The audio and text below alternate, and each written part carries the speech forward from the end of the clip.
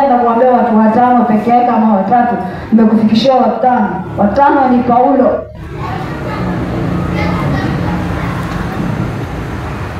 Kwenye Paulo utamsoma kwenye Warumi 8:35 hadi 39.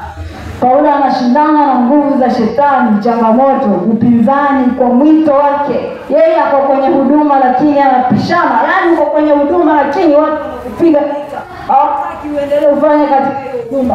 Mtu anakupiga vita kwenye huduma yako. Hivyo ndio Paulo alikuwa anapigwa vita.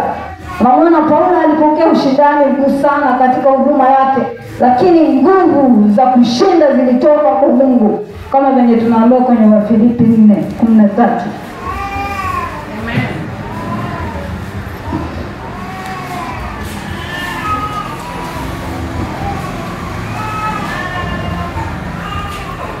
Tatu anasema na yaweza mambo yote katika yeye anitiaye nguvu. Kwa hivyo Paulo aliweza yote. Kila kitu alikuwa anafanya kwenye huduma yake aliweza kwa sababu aliyekuwa anamtia nguvu ni Mungu. Yaani kipengele kingine ama subtopic, hatua zinazohitajika kwa washindaji. Wewe ambaye ni mshindi, kuna hatua unastahili kupitia. Ndakupa hatua kama 5. Kunazo nyingi zaidi ya hizo, lakini mimi niko na 5. Hatua ya kwanza, Wakorintho wa pili 5 mstari wa 15.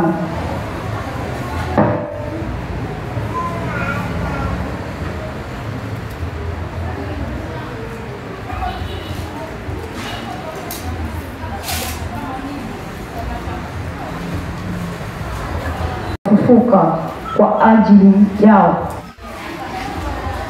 Hatua zinazohitajika ili uwe mshindi. Namba 1, tembea katika haki.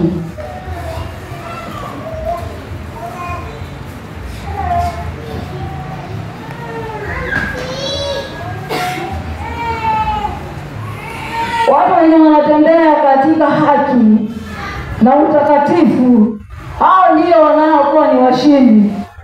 Washindi hawaendi njia hivi.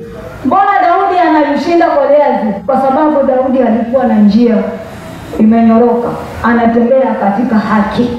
Ndio maana Daudi anamshinda yule Goliathi. Sasa wewe unataka kushinda vita vyako, lakini unaenda hivi, unabadilisha hivi. Kuna wenye wanaenda kwa shetani na kuna wenye wanaenda kwa Mungu. Sasa unachagua moja. Ukichagua ile ya haki, utakuwa mshindi. Amen. Namba 2, 1 John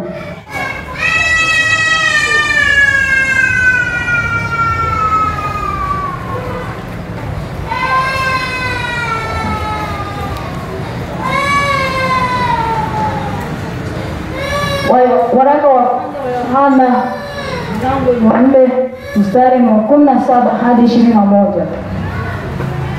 Waraka wa Yohana mlango wa 4 mstari wa 17 hadi 21. Katika hili, mstari wa 17, katika hili pendo limekamilishwa kwetu, ili tuwe na ujasiri katika siku ya hukumu, kwa kuwa kama yeye alivyo ndivyo tulivyo na sisi ulimwenguni humu. 18, katika pendo hamna hofu, lakini katika lililo kamili haitupa nje hofu. Kwa maana hofu ina adhabu, na mwenye hofu hakukamilishwa katika pendo. 19, sisi tupenda kwa maana yeye alitupenda sisi kwanza. 20, mtu akisema nampenda Mungu naye anamchukia ndugu yake ni mwongo. Kwa maana asiyempenda ndugu yake ambaye amemwona hawezi kumpenda Mungu ambaye hakumwona. Na amri hii tumepewa na yeye, na kwamba yeye ampendaye Mungu ampende na ndugu yake. Namba 2, tembea katika pendo ama tembea katika upendo. Katika kushinda vita, tembea katika upendo. Walioshinda vita walitembea katika upendo. Mfano ni baba yangu na mama yangu walionizaa. Hao wameshinda vita, ambao wamepigana hii miaka yote, wameishi kwa mimi nikiwa hapo, wanapigana mimi nikiwa hapo, wanakula mboga ambazo hazina mafuta mimi nikiwa hapo. Miaka inakaribia 50. Kwa sababu gani? Hao ni watu walikuwa wanatembea katika upendo. Ndio maana wamekaa kwenye ndoa. Mkubwa wangu ananishinda karibu na miaka 20 na. Kwa hiyo hawa ni watu ambao wametembea kwenye upendo. Watu wana ushindi ambao wanao. Watu wanaishi miaka yote wamekuwa pamoja. Kwani ni nini? Ilikuwa ni nini? Nilikuwa ni pendo. Kulikuwa si kwamba kulikuwa na furaha kila siku. Najua kulikuwa na misuko. Nakumbuka nikiona tukienda tunaishi kwa nyumba ya nyasi, siku nyingine tunarudi tunaishi kwa hii nyumba kubwa mpaka na shule. Nilikuwa sijielewi, nilikuwa mtoto kama huyu. Sijielewi. Sasa nikijaribu kwa hiyo nyumba ya nyasi nikajua sasa hapa upendo umepungua. Tukirudi kwa hii nyumba kubwa najua upendo umerudi. Kwa sababu gani? Naona hawa watu wanatembea katika upendo, ndio maana wanashinda vita vyao. Wale Waisraeli walikuwa wanaenda kule Misri, walienda kwa taabu, kwa vurugu, lakini hivyo hivyo waling'ang'ana, walishikana mikono, walisema tutafika, na wakahakikisha wamefika. Kwa sababu gani? Walikuwa kitu kimoja, pendo lilikuwa linawapeleka. Wana akina Musa, akina Joshua, akina Caleb wanaungana nao, wanawaambia msijali, msifanye wasiwasi, wale wanataka kukeuka warudi, lakini hivyo hivyo wanawashikanisha, wanarudi, wanakuwa kitu kimoja, wanatembea pamoja, wanaenda mpaka wakafika nchi ya ahadi. Kwa sababu ya pendo, wanatembea kwa pendo moja pamoja. Baba yangu na mama, baba yangu na mama, miaka 50 wako pamoja tu hivyo. Mmoja alikuwa mlevi, mwingine alikuwa yuko sawa. Mmoja anaenda kanisani, mwingine haendi, lakini sasa hivi wote wanaenda. Kumbukumbu la Torati mlango wa 11 mstari wa 26 hadi 28. Kumbukumbu la Torati mlango wa 11 27. Mlango ni 11 mstari 26 hadi 28. 26 hadi 28. Neno la Bwana linasema, angalieni nawawekea mbele yenu hivi leo baraka na laana. 27. Baraka ni hapo mtakaposikiza maagizo ya Bwana Mungu wenu tuagizayo leo. 28. Na laana ni hapo msiposikiza maagizo ya Bwana Mungu wenu mkigeuka katika njia niwaagizayo leo, kwa kuandama miungu mingine isiyojua. Amen. Tembea katika kutii. Tii maagizo ambayo unapewa. Wachini ni wale ambao walitii maagizo. Daudi alitii maagizo aliyepewa na akakuwa mshindi. Daudi na Sauli ni wapakwa mafuta wawili. Anaenda kwenye vita anashindwa, mwingine anaenda kwenye vita anashinda. Kwa sababu gani? Ya kukosa kutii. Mmoja hakukuwa anatii, mwingine alikuwa anatii. Sauli alikataa kutii maagizo ya Mungu. Alipewa habari na Samueli, habari ilimkujia, akamwambia nenda ukawaue Waamaleki wote, maliza kila mtu, si mdogo, si mkubwa, si mnyama, wote, fagia wote, umalize. Lakini yeye alipofika kule hakuwaua wote, akabakiza kidogo. Wale wenye walikuwa kule wakamwambia, hapa kuna mama wajane, kuna wengine wa mama wajawazito, kuna watoto, alafu kuna hawa mifugo, kuna hawa wanyama wamenona, wachukue nende ukawatoe sadaka. Na yeye akachukua, akafanya kusikiliza maneno ya watu ambao wenye walikuwa na maagiza, akakosa kusikia sauti ya Mungu, kutii yale maagizo aliyokuwa amepewa. Wote, umalize wote, usibakisha hata moja. Yeye akabakisha wale wenye alibakisha, alafu akachukua wale wanyama akakuja na wao. Wakati Samueli alimuuliza umefanya nini, ulipata maagizo, akasema nilifika huko nikapata hivi, hata nimekuja kutoa sadaka. Akamwambia kutii ni bora kuliko dhabihu. Tii, ukuwa mtiifu, utashinda vita.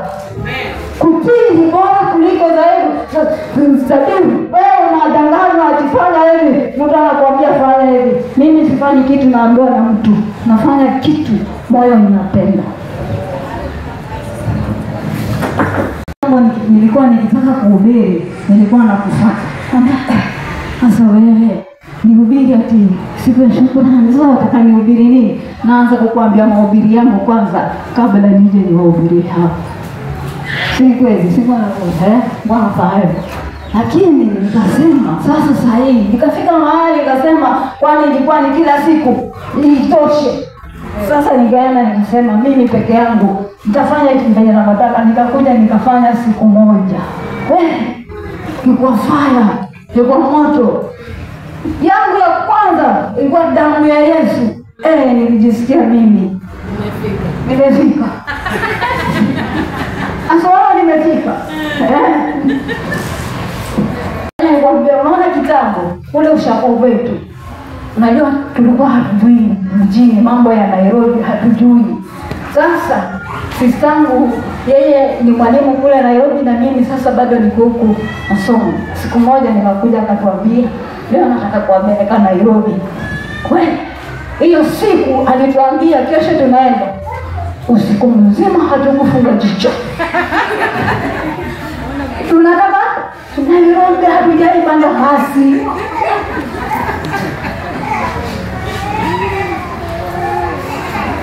Hatujaipanda basi mimi brazangu, alafu kuna huyo sistangu, kwa watatu wadogo. Ile siku tumekesha, alafu gari nazo najua zinatoka saa ngapi? Saa 1. Enzi zile miaka ya 2000 hapo 90 hapo. Unajua hizi magari zilikuwa hazipatikani hivi. Zilikuwa yani mpaka uende usimame mahali uingoje. Sasa sisi ndio hao saa 10 ile inalia. Kutii ni bora kuliko dhabihu. Unapotii unakuwa mshindi. Fuata maagizo unayopewa. Kuna maagizo huwa nasikia unaambiwa nenda funge siku 3. Sijui ya kwanza utubu, ya pili sijui omba msamaha, sijui nini. Haya yale mambo unayataka, alafu huendi kufanya. Unarudi yule tu uliyekuwa yule kwa sababu ya gani? Ya kukosa kutii.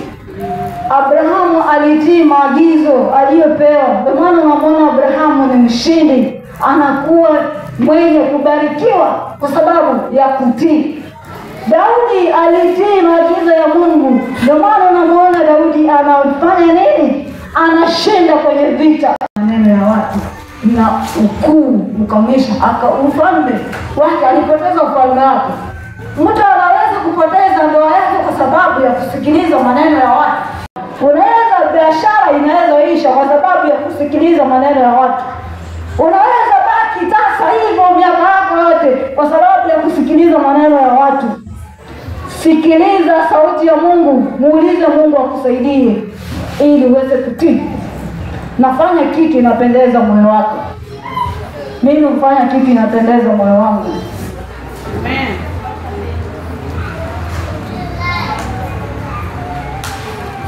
Number 4. Mathayo 6:12. Mathayo 6, mlango ni wa 6, mstari wa 12 hadi 15.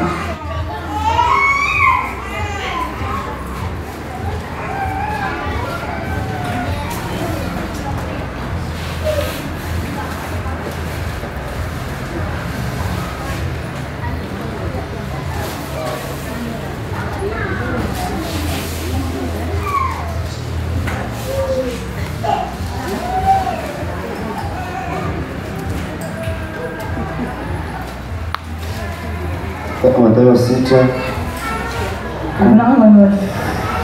mlango ni wa 6 mstari wa 12 hadi 15.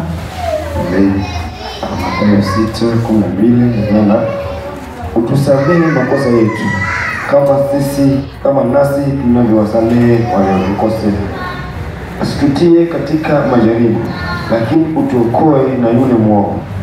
Maana mkiwasamehe watu makosa yao, Baba yenu wa mbinguni atawasamehe ninyi pia. Amen. Lakini msipowasamehe watu makosa yao, naye Baba yenu atawasamehe ninyi makosa yenu.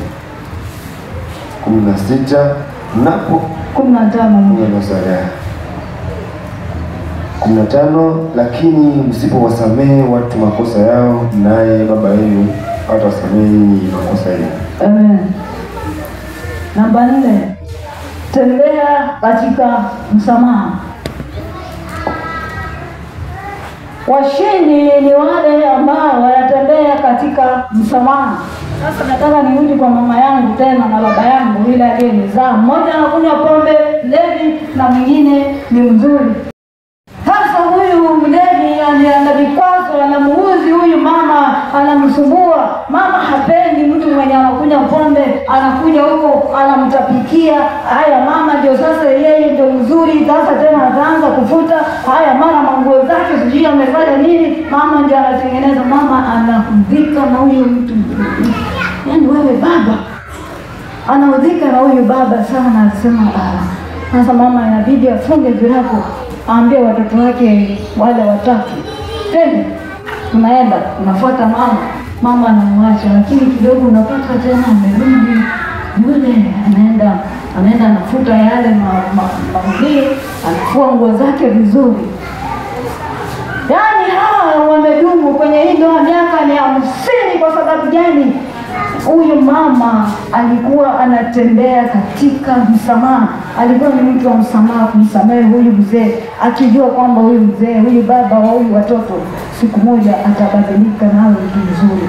Unaona hiyo bidii alifanya, anaenda anarudi, hivyo akarudi na akarudi kabisa.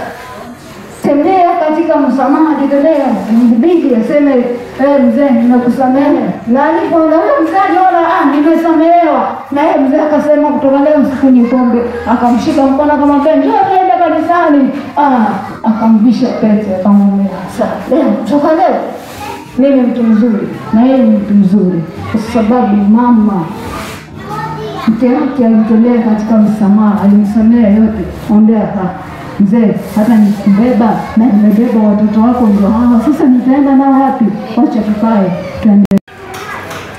Namba 5, Waebrania 11 na mlango ni Waebrania mlango wa 11 mstari wa 6.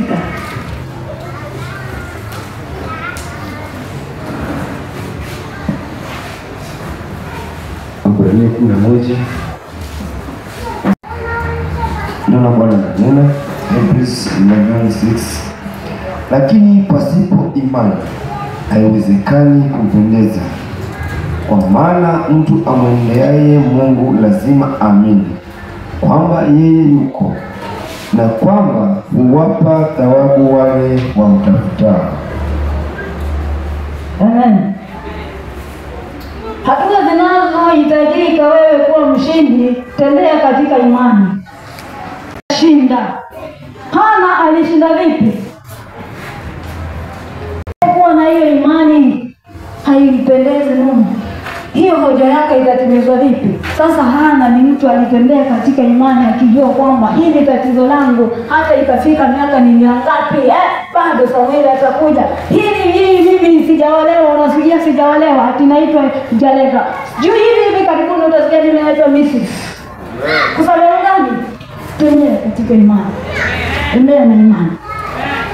Hana alitembea na imani, jua siku moja tu mimi nitaitwa mama ya mtu fulani. Sara na Abrahamu walitembea katika imani, wakijua siku moja sisi tutaitwa mama na baba wa mataifa. Sasa hao wanatembea katika imani, wakijua sasa taifa la Israeli mzima milango, akijua taifa la Israeli, wana taifa la Israeli maana anatengeneza, si Yakobo ndiye alitengeneza. Yakobo naye nani? Yakobo ni mjukuu. Alitembea katika imani, alijua siku mimi sikimkana tu Mungu, vitu vyangu havitarudi. Lakini akajua wacha nibaki na hii imani niliyo nayo, hata kama ni kidogo vipi, wacha nibaki nayo, akijua kwamba Mungu ndiye anayerejesha. Aliyepeana ni Mungu, aliyechukua ni Mungu. Duniani alikuja akiwa tupu, atarudi akiwa tupu. Kwa hiyo hawezi kumrejea Mungu. Akasema mimi nitakusubiri Mungu mpaka siku utaniregeshea kila kitu ulichokichukua. Na akasubiri kwa imani, akapokea vyote. Hana alisubiri kwa imani, Samuel akakuja. Abrahamu akasubiri kwa imani, akakuja. Hivi hapa ninasubiri mume na watoto 10 watakuja.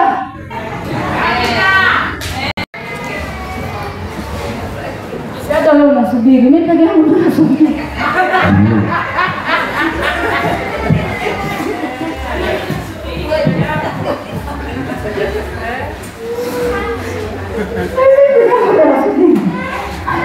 Ninyi yote mnasubiri. Najua. Kila mtu kuna kitu anasubiri. Kuna mwenye anasubiri mzungu. Kuna kizungu hapa hivi. Sio msubiri hizo. Na mimi nasubiri wakati wa kuja.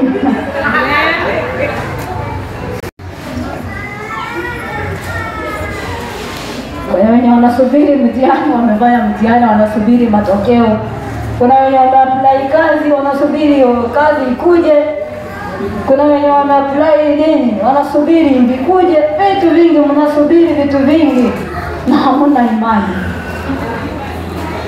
Kwa damu ya Yesu mtapokea leo, mtapokea imani. Mkisubiri hizo vitu vingi itakuja. Wakusubiri waume watakuja, wakusubiri watoto 10 watakuja. Watoto 10 hata nini?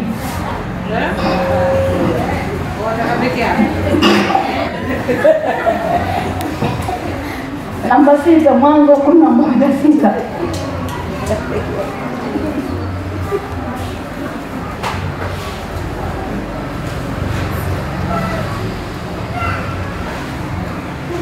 Mwanzo 11:6. Mwanzo 11:6, neno la Bwana linasema, Bwana akasema, tazama, watu hawa ni taifa moja na lugha yao ni moja, na hayo ndiyo wanayoanza kuyafanya, wala sasa hawatazuiliwa neno wanalokusudia kufanya. Amen. Tembea katika umoja. Watu wanaowashinde kama babangu, hata narudi tu hapo. Wale ni watu mimi naona siku nyingine walinipa ile msheveve. Unajua msheveve? Siku nyingine tulipewa hiyo msheveve. Wamepika na magadi soda. Kitambo hizo kama bado nakula magadi soda. Sasa mpika na magadi soda hawajaweka mafuta. Alafu sasa tunakataa. Tunapanda mketi na fimbo hapo.